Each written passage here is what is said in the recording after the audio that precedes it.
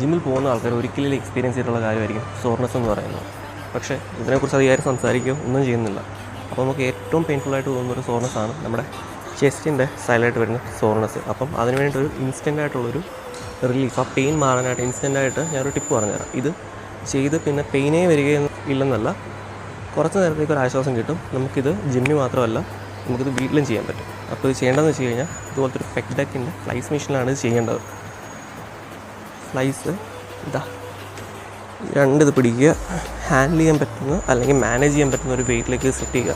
എന്നിട്ട് ഈ ബോട്ടം പൊസിഷനിൽ ഇതുപോലെ സ്ട്രെച്ച് ചെയ്യുക. ഇതൊരു 10 സെക്കൻഡ് ഹോൾഡ് ചെയ്യുന്നത് നല്ലതാണ്. അല്ലെങ്കിൽ 10 കൂടുതൽ സെക്കൻഡ് ഹോൾഡ് ചെയ്താലും ഒരു കുഴപ്പമില്ല. എത്രത്തോളം ഹോൾഡ് ചെയ്യുന്നോ അത്രത്തോളം നിങ്ങൾക്ക് റിലീഫ് കിട്ടും.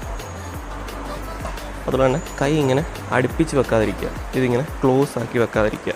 നമ്മൾ വേറെ കാര്യം ശ്രദ്ധിക്കേണ്ടതെന്ന് വെച്ച് കഴിഞ്ഞാൽ കൈ അകത്തി എപ്പോഴും വെക്കാൻ നോക്കുക. ഇപ്പോൾ എവിടെയെങ്കിലും ഇരിക്കുകയാണെങ്കിൽ തന്നെ നമ്മുടെ കൈ ഇങ്ങനെ അകത്തി വെച്ചിരിക്കാൻ നോക്കുക. അതുപോലെ തന്നെ കൈ അടക്കി ഇങ്ങനെ സ്ട്രെച്ച് ചെയ്യുന്നത് എല്ലാം ഇതും നല്ലതാണ്. ഈ വീഡിയോ ചെസ്റ്റിന് സോർനെസ് കാരണം ജിമ്മണി നിർത്തിയ നിങ്ങളുടെ ഫ്രണ്ട് നിങ്ങൾ സെൻഡ് ചെയ്ത് കൊടുക്കുക.